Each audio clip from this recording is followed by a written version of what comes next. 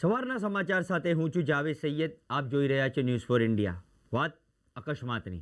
ખેડબ્રહ્મા શહેરમાં 24મીના રોજ રાત્રે 9 વાગે ડીજે ટેમ્પો લઈ બ્રિજ ઉપરથી પસાર થઈ રહેતા ત્યારે અચાનક જ યાદવ કોમ્પ્લેક્સ આગળ ડીજે ટેમ્પો ધડાકેભેર ડિવાઈડર સાથે ટકરાતા ટેમ્પો પલટી ખાઈ જતા એકનું ઘટના સ્થળે મોત નીપજ્યું હતું તથા અન્ય ઘાયલ વ્યક્તિઓને સારવાર અર્થે હોસ્પિટલમાં ખસેડવામાં આવ્યા હતા.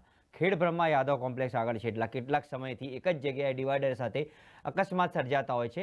ડિવાઈડર ઉપર લાઇટના થાંભલા ન હોવાના કારણે વારંવાર અકસ્માત સર્જાતા હોય છે. ત્યારે આજે રાત્રે 9 વાગે બનાસકાંઠા કોયલાપુર ગામના 3 લોકો ડીજેનો ઓર્ડર પતાવીને રાત્રે પોતાના ઘર તરફ જઈ રહ્યા હતા. તે દરમિયાન ખેડબ્રહ્મા હાઈવે રોડ ઉપર યાદવ કોમ્પ્લેક્સ આગળ ડીજે ટેમ્પો અચાનક ડિવાઈડર સાથે અથડાતા ટેમ્પો પલટી ખાઈ જતા પાછળ બેઠેલા 2 વ્યક્તિ જેમાં વાઘેલા પરબતજી અર્જુનભાઈ પ્રતાપસિંહ આ બંને રોડ ઉપર અચાનક પટકાતા વાઘેલા પરબતજીનું ઘટના સ્થળે મોત નીપજ્યું હતું. આ અકસ્માતની જાણ થતાં લોકોના ટોળે ઘટના સ્થળે દોડી આવ્યા હતા. હાઈવે રોડ ઉપર ટ્રાફિક જામના દ્રશ્યો સર્જાયા હતા.